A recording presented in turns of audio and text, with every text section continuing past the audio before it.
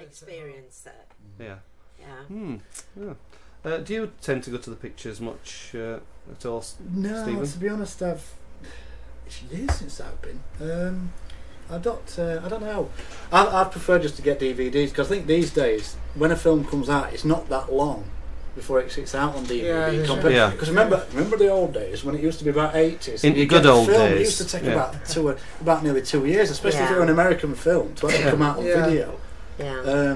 But I prefer to sit at home and watch them, because you can pause them if you miss it. But it's like when you were talking about the spoken word or the audio description, that's been a long time coming from what I remember. My ex, they were back in about 1995, she got a film, and I'd never seen one before with the audio description on.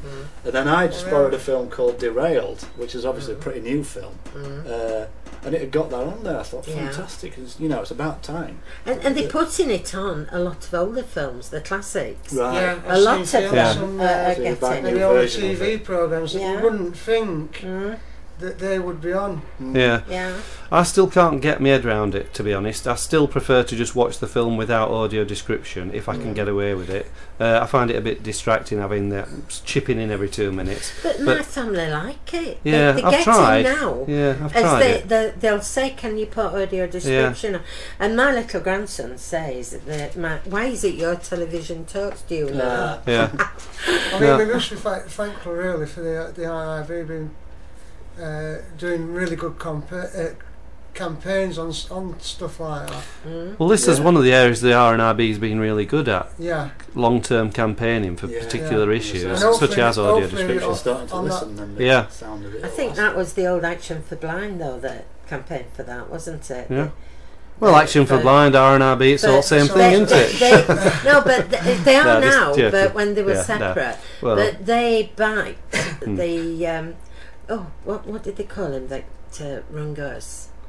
Oh. That he was involved with... do us a charade. I can't think what he was called. Uh, He runs the theatre access and everything. I know the sort of He stuff. rung us from London. Yeah, so it's And he audio was described backed theatre by performances. Action for Blind. They were going back about 3 That's years right. ago Yeah. when he rung us about Is it called Visualise or something? Visualise, that's Yeah, it. that's right. The Action for Yeah, Blind. well, they set do that a lot up. of the theatres, don't they? Yeah, that's right. Mm. Anyway, back to Hybropsyche. That last track seemed pretty much as upbeat as the one before it. Unfortunately, I couldn't quite hear the lyrics on that one. So were they the same kind of general vibe, or? That was just that's just a kind of day-to-day rat racer kind of as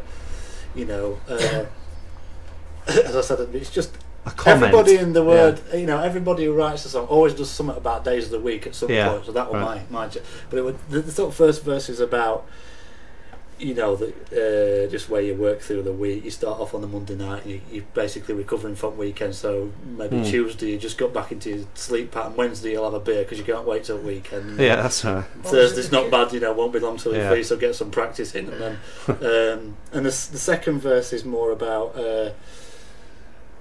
more reminiscing of like when you were remembering, so like the Monday nights, the John Peel night, radio outside the bed and what have you. Tuesday nights, grifter ride, going out on your grifter and having your fag behind shed and stuff like that. Wednesday night, Miriam Stoppard.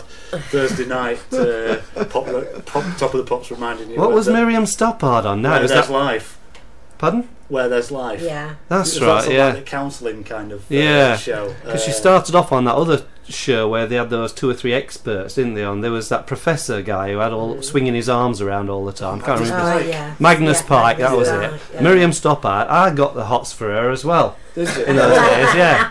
It's quite scary when you see her now. She's an old lady. What happened there? Doctor, I don't know. Yeah. Do you write the music first or the lyrics, or is it Just depends. Depends, to be honest. I'm in a for the moment. I'm in a sort of like an absorbing stage at the minute where I am. I just generally listen to lots of stuff, and then I've got an idea for a song that I want to do called Mutoid Jane.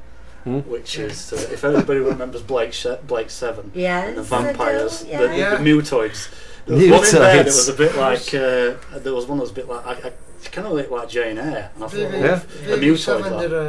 It was a very good series. I really liked him. That there was the main guy. Gareth Williams played Blake. Yeah, he was. Well, that was the thing about it. I always got annoyed because people always say, you know, they look at the effects and think, oh my god, and they won't watch it because of that. And then, but there was, I mean, if you like, for example, say Star Trek.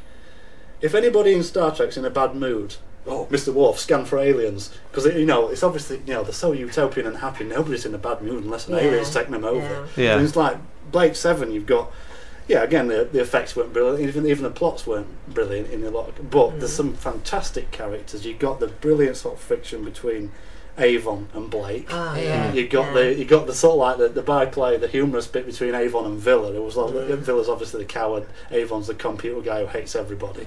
And then you got the Servalan. When you first saw Servalan, she's there at a desk and there's all these two guys ranting at her about the Federation, this Federation, that, and all she's doing, she's carrying on doing what we're doing, and she's listening to them rant, and then she just suddenly straightens.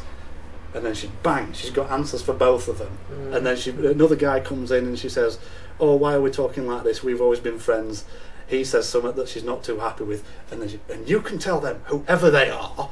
And then you just get in that one scene, you get a full idea of what Servalan's all about. And that was the great thing about that. You know, I mean, don't get me wrong, I do like Star Trek. I think I love Enterprise especially, but it's, again, some of the old stuff, Blake 7, Sapphire and Steel, they were unique. Sapphire and Steel, I remember that. Yeah, classics. Actually, Sapphire and Steel had some good plots. Are you a Trekkie then?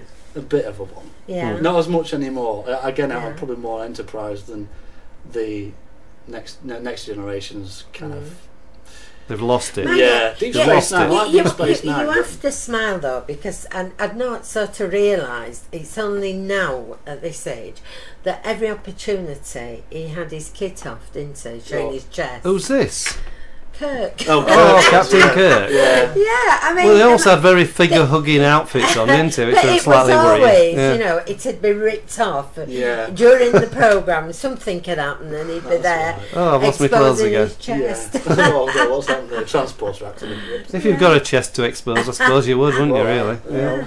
He weathered well, though. I mean, he did, but he's knocking on a bit now, Not many. Anyway, we're going to play the last track of yours. We're going to go for number 3. Yeah, well, after this track, we're going to go straight into the quiz answers, and then the last chat before the end of the show. So go for it, Nick.